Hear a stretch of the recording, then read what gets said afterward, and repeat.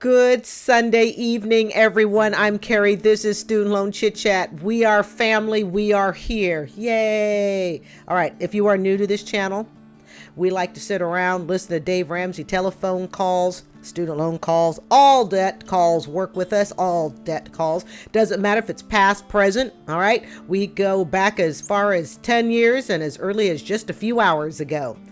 If you have been here before, you are family. You know that. You get your tea, you kick up your feet, you relax. All right. So let's take a look. As you know, I am still recovering a little bit from being sick. One of my friends was saying I really should take the day off from school tomorrow. But, you know, I really only take the day off pretty much when I'm at death's door. I know that's probably pushing it a bit, but it is what it is. All right. I have like 437 hours of sick time.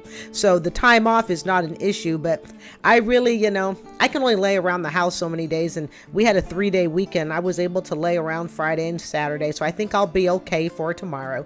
So I'll just take it kind of easy. And thank you for those of you that have sent me some love, care, and concerns by your messages. I really appreciate that. It is so nice. Thank you so much. All right, folks, we are going to step back about 6 hours ago. We're going to look at, we kind of fell off the wagon. This just ran earlier today. So let's take this down. Let's see what we can learn from it. I got some new earrings today. New earrings. So I thought I'd wear them for you so I could look pretty for y'all. All right, let me take this down a little bit. As you know, I am recovering a bit, so I hope I don't sound like I have too much of a cold, and I'll probably mute the mic from time to time.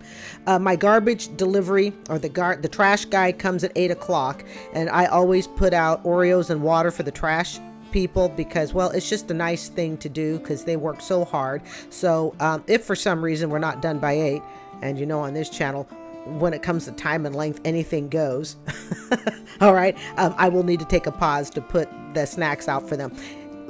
Always remember your delivery people. Always remember your trash people. They work so hard. So anyways, that's just me. All right, let's take a look at, we kind of fell off the wagon. This just ran about 6 hours ago this Sunday. Let's hit it. And thank you so much for being here with me. Brought to you by the EveryDollar app. Start budgeting for free today. Let's go to Greg now in Chambersburg, Pennsylvania. Greg, how can we help? Hello, Greg. How you doing, guys? You guys are awesome. Thank you. You too. What's going on? Just want to say thank you. Yes, this channel is awesome. And if you've noticed, Dave, he's going to hit 3 million subscribers. He is going to hit 3 million subscribers. When he does, we'll have a little party here on my channel. I don't know what we'll be partying, but we'll figure out a way to party. I've taken your course probably a couple years ago, me and my wife, and we got like $90,000 paid off in 2 years. Nice. Wow. Well, basically, we fell off the wagon. I got a settlement from an accident. We'd made some stupid decisions. Now we're back in the debt about $55,000. Wait a minute. Oh, wow. You got a settlement from an accident. You paid off some debt and you're back 55,000. All right. I'm going to pause here because I have to stop and give you my thoughts as they're happening because I will forget. When you get a payment, say through a settlement, when you pay off debt, say through a settlement or inheritance or something like that, okay, there's something that I've thought of, and that is, well, it can be great to pay off debt that way.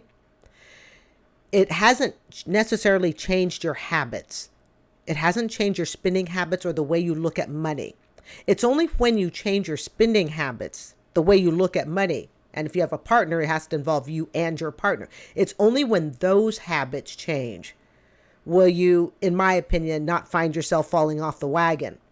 It's just like when I got my inheritance and I used it to pay for, 50% of this condo, which was $100,000. So I used 50 of it to pay for the condo. And then I used 15 of it to remodel the condo. Because trust me, it needed it. The pink and red walls were coming down.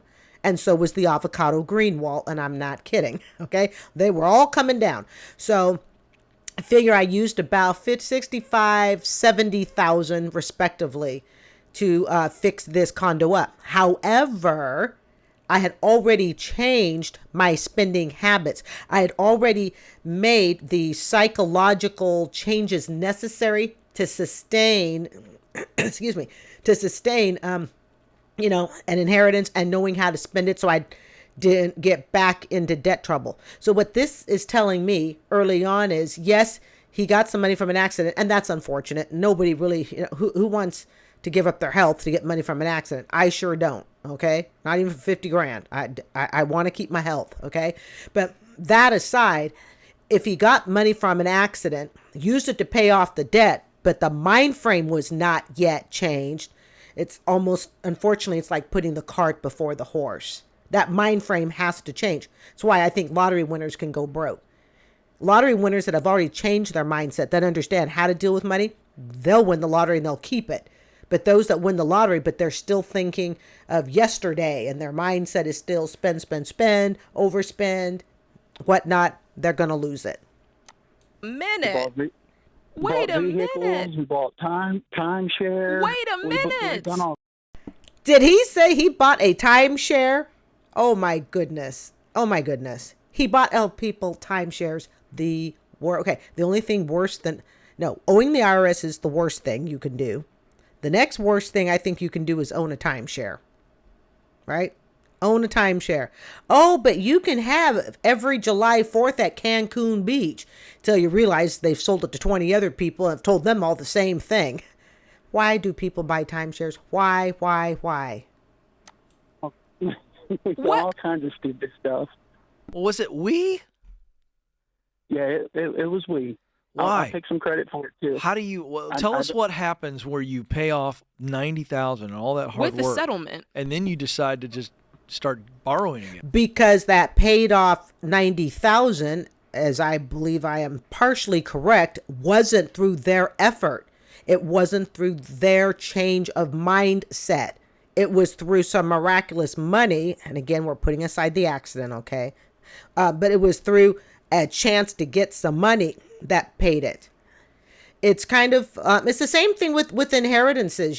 People who get inheritances that don't know how to use it. Whereas if they had to earn that money, that might be a totally different thing. That's why I really believe that's why they fell off the wagon.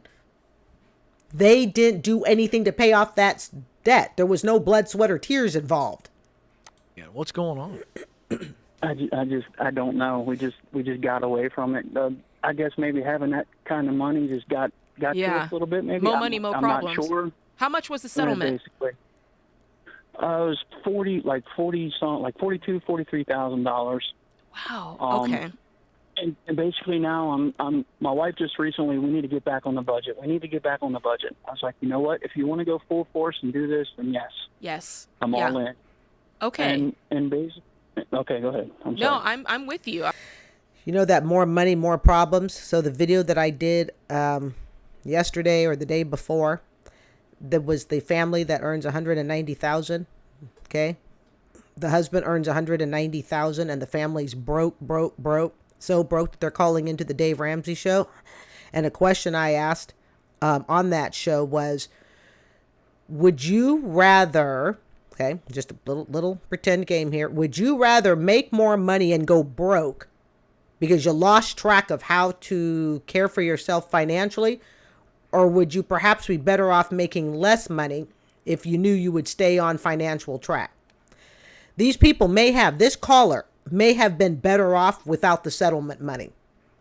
Because what the settlement money did was give them a sense of all my problems are solved. How many people have said, all my problems would be solved if I just made another 10,000? All my problems would be solved if I could just, make another 30, if I could just win the lottery, if I could just get a big settlement, whatever. I'm old enough at 56 to know not to think that way. I'm old enough to know that. And that lifestyle creep. The more you make, the more you spend. I still live as if I made $50,000, even though my tax return last year said $70,000. That's with my part-time job. That's with my base job plus my part-time job. My base job as a teacher is 62. So, but I still keep my paycheck as if I were at about maybe 50 to 55,000, maybe closer to 55,000. That's about what I keep it at. So I don't see extra money. I just overpay my taxes. I'm like, if you're going to do this full force, let's do it. I just want to make sure that we figure out what it was that caused you to pay $90,000 off and get a windfall of over $40,000 and somehow end up in $55,000 of debt like that. Because the mind had not changed. The mind had not changed. They did not have time to process the necessary mental changes to deal with paying off debt. Some of us really have to feel the pain of paying off debt to really appreciate the money that comes in. I thank sweet Jesus that my inheritance didn't come in until I was in my 50s. God help me. If it had come in my 30s, it would have probably been blown. Absolutely blown. Not intentionally. It just would have been blown. But because it came in my later years, I was able to draw on past experience of where I had gone wrong financially. And I was able to go, no, don't want to do that. Definitely don't want to do this. And then I just held on to it for a couple of years. There is something I wish Dr. John Deloney was here to help us uncover, but I want to make sure that John would ask if he and his wife are safe. I want you to listen. I want you to go ham and pay off this debt again. But more than that, I want to make sure we get to the bottom of how the heck this happened, right? I totally agree, but I suggested to my wife that we sell her car. Carvana will give her $25K. Okay. And put my truck in it because it's $672 a month on the payment. Okay. So I'm with it. I want to try to these vehicle payments are just blowing me away how much these vehicle payments are. 672. I mean, and now, if you've watched this channel, I lease a car and I love it. By the way, my little side gig pays for my car lease. So if you really want to get technical at it, but I put my side gig money into my, my little childcare money. I put that into savings. I don't spend that. But I don't know. People say, oh, leasing is fleecing, leasing is horrible. And then I look at these car payments that people make, $600-$700 for the next 7-8 years. I'm like, I'm happy leasing. I like leasing. It's a luxury. Maybe it is a luxury. I don't think it is. But I lease. I'm a leasing gal. And yes, I could buy a vehicle. I could buy a vehicle if I really wanted to. I could even buy my lease car if I want to. I don't want to. I want to try to eliminate that, but it's basically, and get rid of the timeshare, obviously, but it's... Why do people buy a timeshare? If somebody could explain to me in the comments, what happened? Did someone spike your drink at the timeshare gathering? Why do people buy a timeshare? It's almost like the most gullible are the ones who buy timeshares. Truly, timeshares to me sit right up there with the IRS. And do you know some timeshares, if you pass it on to someone else, there can even be difficulty in that someone else, trying to get rid of it. It's like if you want to curse somebody, just have them inherit a timeshare. I want nothing to do with timeshares. Absolutely nothing. Hard to convince her to be on board with all that. Why? She's down with, I don't know. And that I don't know is the most important thing in this entire equation. And that is what keeps people, when you are a couple, that's what keeps you in debt. How many times have you heard me say, audience, or I should really refer to you as family, not audience. I think from here on out, I'll just refer to you as family. How many times, family, have you heard me say, you're only as financially strong as your leakest wink? Oh my God, as your leakest wink? Boy, I think the cold medication has hit me. Okay, you're only as strong as your weakest link, L-I-N-K. The minute you have somebody that says, oh, I really don't know what my spouse thinks. My spouse really isn't on board. My spouse doesn't want to do the work, yada, yada, yada. You're in trouble. You are in trouble. Because we got to know. Because you can try to do this alone, but it's not the right way to do it. And you can't do it alone. It's impossible. It's impossible. You have to have the other party on board. There is no way for you to say, hey, we're going to achieve total debt freedom and I'm going to do it all by myself, even though you're going to spend your money your way and I'm going to spend my money my way and I'm going to make us all successful. It's not going to work. And even if it did work, would it sustain itself? Part of my financial goal, responsibility, is to make sure I maintain my debt free status. Okay. we can all get debt free at some point in our life, and then we just all run it back up again. Certain things I can justify. I really can. Housing, I can justify it as long as you're not buying too much house. I can even justify a vehicle as long as you're not buying too much vehicle. Hold on.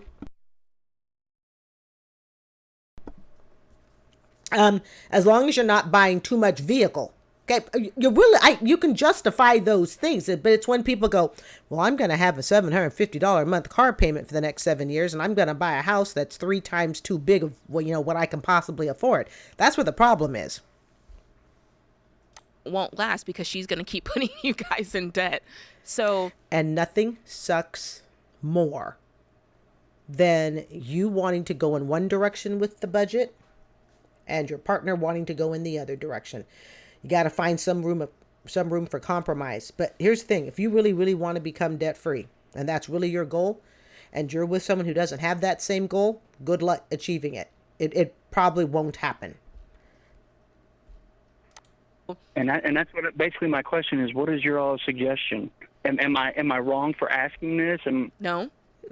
I think that I don't know what to do. You've had a moment. You've hit on your own accord. You've hit that I've had it moment of, wait a minute, like we're going in the wrong direction. Look at our life. And you on your own have had that self-realization moment. She hasn't had it yet.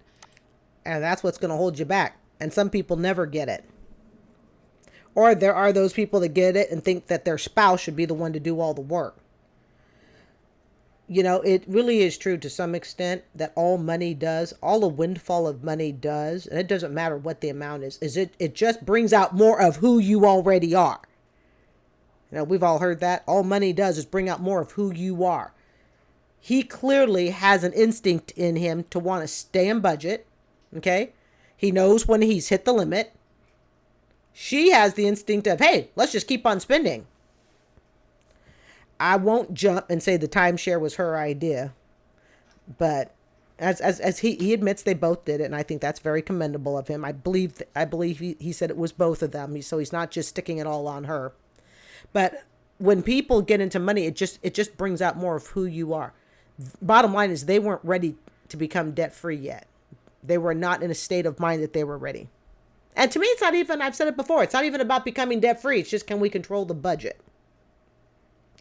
Part of the reason it's so important for me to maintain my financially clean status is, I really want to show somebody that I should get into a relationship with that I'm not dead weight. That's really important to me.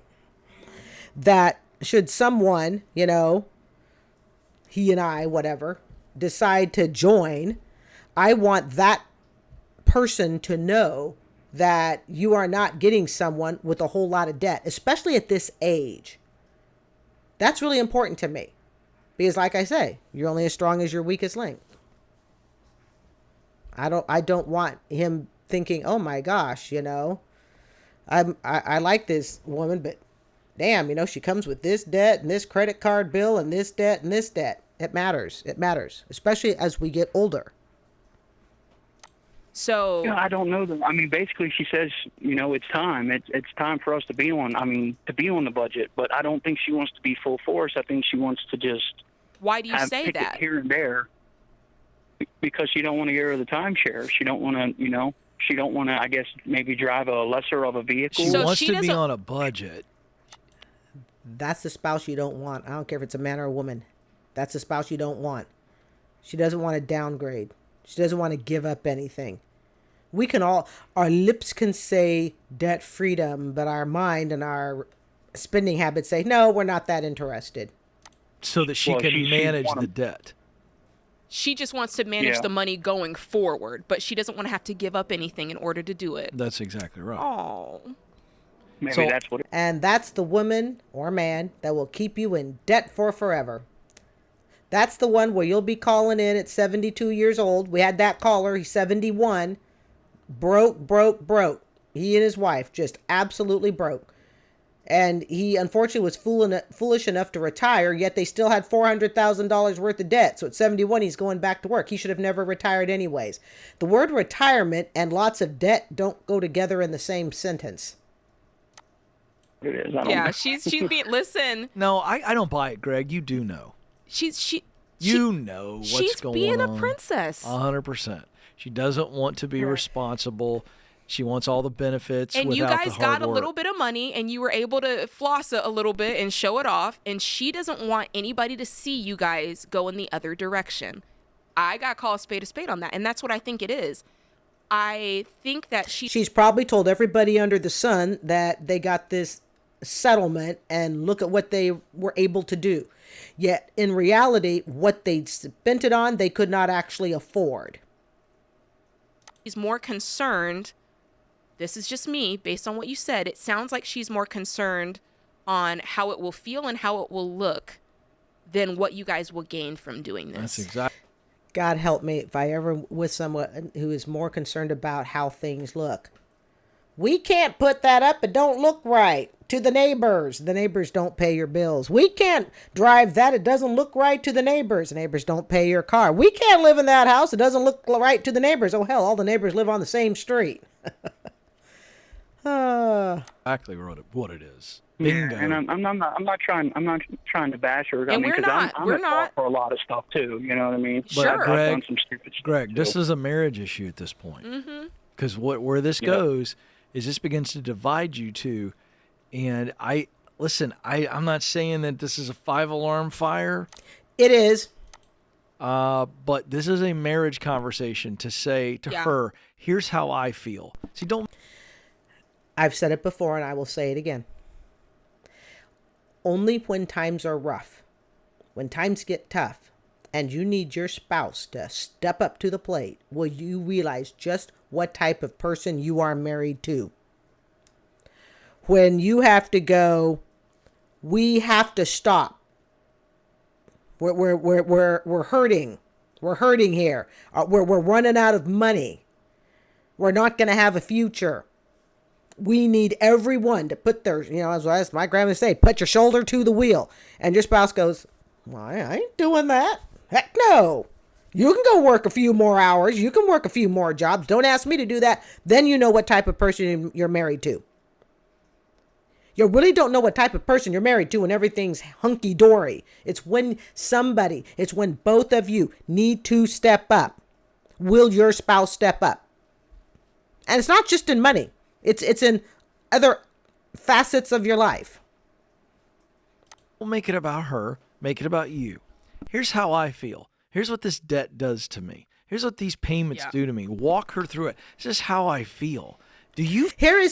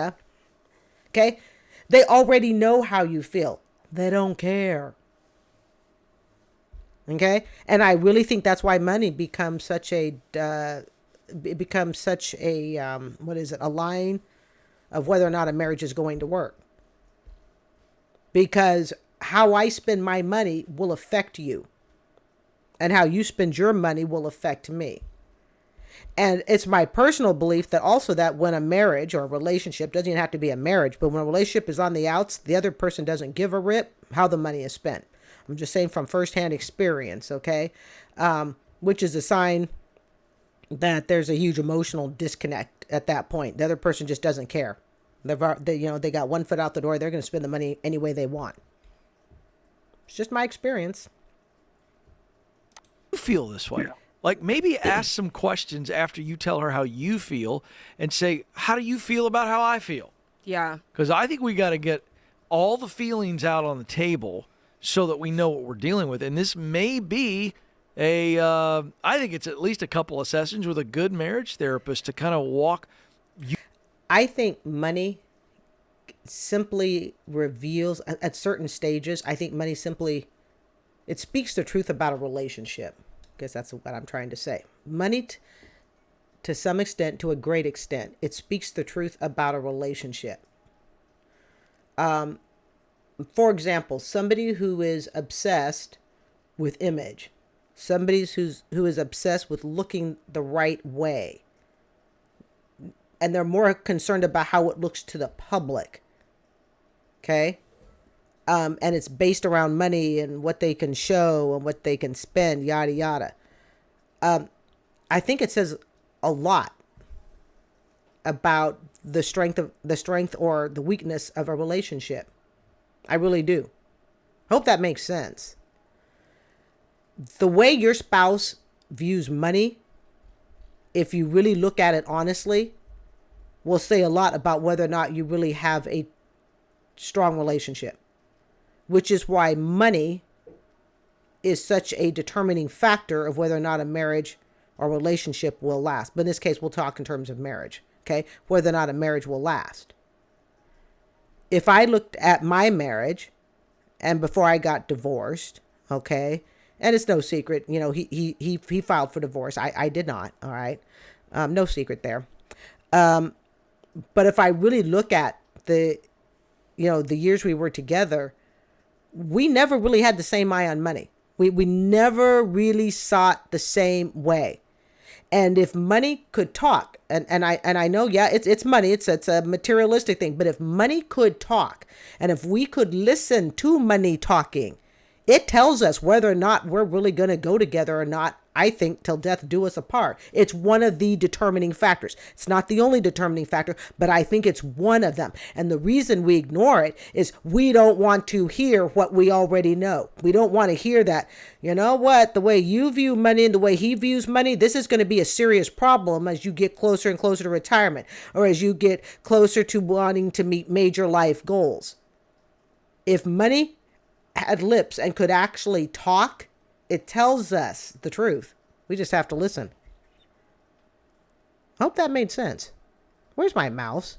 I just totally lost. Hold on. I got it. I just totally lost my mouse. Hold on. I got to find. Oh, it's on the other half of the screen. Oh my goodness. That's what I get for having a 70-inch screen all the way across. Okay, there it is. So I've learned that at 56. Money says a lot. You have somebody that says, we can't do this because it doesn't look right to the neighbors, yet you don't care what looks right to the neighbors because you understand the neighbors aren't paying the bills. That's money talking to you. It's talking to you about your relationship with each other. You all through how you're seeing things differently, and you both share your emotions on this, and let's see where she's at on this, because maybe you haven't framed it the right way. I don't know. I don't believe that. I don't think it's that hard to frame what you think of money. I have to be really honest. I really don't. I don't think it's that. Maybe it's just me. I don't think understanding money is all that complicated. What's complicated is admitting whether or not you're right for each other based on how you each view it. I don't think it's that hard to conclude I'm a saver, you're a spender. I care or I don't care about what the neighbors think. You care or don't care what the neighbors think. I don't think understanding money itself and the role it plays in individual lives is all that complicated. What's complicated is admitting whether or not your relationship with each other will be compatible based on your financial viewpoints. And it can be hard to admit that, no, it's not going to work. We can all fake a certain way for a certain period of time. You can fake, your true feelings about money. And some people do just to get a relationship. Oh, yes, I'm a real saver, yada, yada. And then they put the ring on the finger and all of a sudden they become the world's biggest spender. Right? Well, I'll frame. Let me do. I'm going to do Greg a favor because there's certain things that Greg can't say, or he'll be, R.I.P. Right? Okay, we're going to pause just a quick second because I have to put snacks out for the garbage guy. I do this religiously for them because it's just a nice thing to do. So we're all going to pause. I will be right back because it's 8:00 and I have to get snacks out for them. Hold on. Okay, I'm back. That just took a quick second. All right, let's continue. Right, but I can say it because I like this. I'm here. There comes a point in time where we have to become adults and we have to act like adults. And the child inside of us kicks and screams and wants what they want. But let me tell you something. If I went to Sam Warshaw, my spouse, and I said, listen, we're wilding out right now. We paid off $90,000 and somehow we're in $55,000 of debt. It's time for us to act like adults and sell our stuff. If he said, well, I don't want to do this and I want to keep my car though, I would be like, boss up and sell your car. And that's what I'm telling your wife. And this is what creates the break of relationships. This is what creates it. Somebody else doesn't want to do it. I remember being in a relationship in the past. I won't name which particular one. Okay, I've had a few relationships, not many, but I've had a few, by 56. And literally the person expected me to come up with something entertaining to do on the weekends. It's like, what are we going to do this weekend? What are we going to do? And I'm thinking, I don't know what we're going to do. We don't have any money to do anything with anyways. It's like, what are we going to do this weekend? You can't get someone to change their spending habits if they're not willing to change. I mean, that's just all there is to it. At 56, you begin to realize it's not even worth fighting. It's not worth fighting over. And Jade's right. It's like, it's time to become adults. But yet how many phone calls have we heard of people in their 50s, 60s, 70s that are still acting like they're in their 20s? They're still spending like they're in their 20s. And then how many of those calls deal with a partner that won't step up to the plate? Do you see the problem?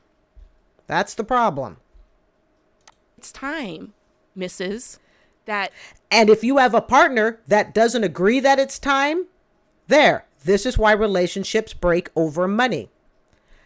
I can say unequivocally, I would not be in the financial position I'm in today if I were married. Because for me to get to this position, yes, it took some, blessings. Okay. I don't like to call it luck. I don't look at inheritances as luck. Okay. I look at it as a blessing. It's a gift. Okay. It took some of that. It took the pandemic and the stimulus money. It took that. Okay. It took the student loan not having to be paid on to make a whole lot of things come together for me. But I had total control of all of that stuff as it came rolling in. If I had been with someone that was more of an immediate gratification person, and I have been in relationships like that, there is no way in hell I'd be sitting in the financial seat I am today. And yes, my place is tiny. Yeah, it's tiny. That's okay. It's paid. All right. I mean, if I should marry someone, we got a paid off condo in Tampa, Florida. You get on the same page. You got to sell your car, mama. Like, you got to give it up. And I know that your friends are going to see it. I know you're not going to be able to go to the Panhandle. You really don't know who you're married to until you need them to step up. Then you will know who you are married to. You will have a very good idea. And have your weekend, vacations and your timeshare. But you got to boss up and you got to do this the right way. At 56 years old, I don't want to spend time having to explain to somebody why we need to do something. At 56 years old, if we don't already see eye to eye financially, it's not worth our time. It's just not. I wish, and I'm sure even people older than me understand this, I wish I knew in my 30s what I know in my 50s. Oh, I wish I knew in my 30s what I know in my 50s. Oddly enough, the highest viewership on this particular channel of mine are people in their 40s. And like I've said, it doesn't really surprise me, because if you're in your late 30s, 40s, okay, yeah, you look at the 50 and 60-year-olds and see how we effed it up so you don't mess it up yourself. And your husband wants this, and he loves you. Isn't it almost maddening that you even have to explain that? Think about it. You got to explain to your spouse why you shouldn't sink yourself financially. You got to explain that to them. At this age, I'm not going to explain that to my spouse. I'm just going to conclude we're just not right for each other. Really. If I have to explain to you why we should not sink ourselves financially, you are not the right person for me. And I'm not even going to fault you and say that you're wrong. I'm just going to go, okay, live your best life. But I can't take myself down with you. Now, I've addressed it before. Would I marry someone with debt? Sure. Debt isn't what scares me, believe it or not.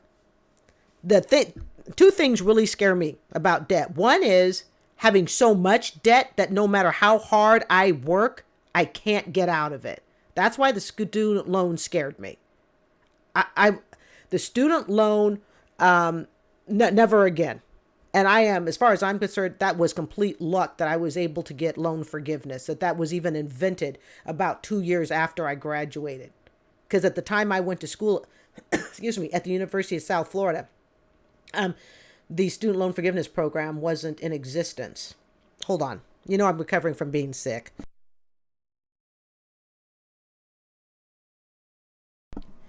So that wasn't even in existence. So one of the things that the two biggest things about debt that scare me is, one, having so much debt I can't get out of it. The second thing, and really the only other thing that really scares me about debt, is having a partner who doesn't understand why we can't remain in it, why we must get our way out of it. So somebody having debt and coming to a relationship with me with debt isn't what scares me. It's like, okay, we'll deal with it. It's when the partner says, oh, well, I don't see any reason why we can't just stay in it. It's like, really? I wouldn't even waste my time trying to tell you that we need to pay it off. I can't do that at this age. I can't spend my time telling you that. Whereas you come into a relationship with debt and it's like, okay, this is your debt. Here are my assets. There are your assets. How are we going to tackle it? And we both go gazelle intensity at it. There you go. Right? I think there are a lot of people who are debt free or have very little debt. Okay. At least in my world, okay, it's not that I wouldn't date or marry somebody with debt. It is not a requirement for them to be debt free. Not in the least. The requirement is that we must see money the same way. That's the requirement. Do you understand why I wait days and days or years to buy something till it goes on sale? Do you understand that I don't give a rip whether the neighbors like, the flag that is hanging in the front yard or not? I don't care what the neighbors think about the car parked in the driveway. I don't care what the neighbors think about the size place that we live in. What I care about is that you and I understand why we're taking the actions we're taking, and you and I understand the importance of it. And especially at this age, that's a skill you either have down and you have figured it out, or you haven't figured it out yet. Those in their 20s and even in their 30s, I can understand that, they got to learn the ropes. They need some flexibility. But by the time you reach your 50s, it's stuff you really should have sorted out by now. Yeah, I say because it's worn me out. I mean, I've had to pick up a second job and all that. You know what I mean? So I'm working from sun up to sun down. And working longer hours. The older you get, the harder it gets. It's kind of exhausting, and that's where I'm kind of at. I'm at exhaustion. Greg, she's got to know how you feel. She knows how he feels. She knows. All this money did was accentuate what is really happening in the relationship. Money can be the greatest friend or the greatest enemy in speaking the truth about your relationship. And we've heard, have we not, family? Have we not heard multiple calls where it seems like the other spouse, it's not always the woman, okay? But we're going to take it because that's what the call is right now, where the woman seems happy just to let the guy keep working his ass off. He can just go work harder. He can just go work more jobs. He can just go work longer hours. We've heard a lot of that, right? On bedtime chit-chat story time. Too. Jade's right, but you got to say, because if she wants to be married to you, then this will be a wake-up call. Mm-hmm. Imagine that. And this is why people can stay married for years. And they think everybody thinks everything is fine until someone needs to step up to the plate. And the other person needs to step up to the plate. And somebody goes, I don't really want to do it. Then you realize what your relationship is really like. That's the reality. Because you won't be able to go on like this forever. Yeah. Wow. That's Poor tough. guy. That's so tough. Greg's working sun up to sundown. Working day and night. And this is what will ultimately lead to a divorce. Does Greg want to keep doing this? Does he want to keep working up from Greg's afraid to put his foot down. He's got from sun up to sundown? Hey, it's just a thought. Well, people, it is Sunday. It is a work night. What time is it? We are running about 8:15. All right, folks, I'm Carrie. This is Student Loan Chit-Chat. I'd like to thank you for joining me these last few days as I've had the day off and I've been sick and recovering. Sorry about muting the mic and stuff. We just got to do what we got to do, folks. All right. I'm Carrie. This is Student Loan Chit-Chat. I would like to thank you so much for joining me this Sunday evening for our bedtime chit-chat story time. I hope you will consider subscribing. And people, you guys have yourself a most wonderful Sunday night. Good night.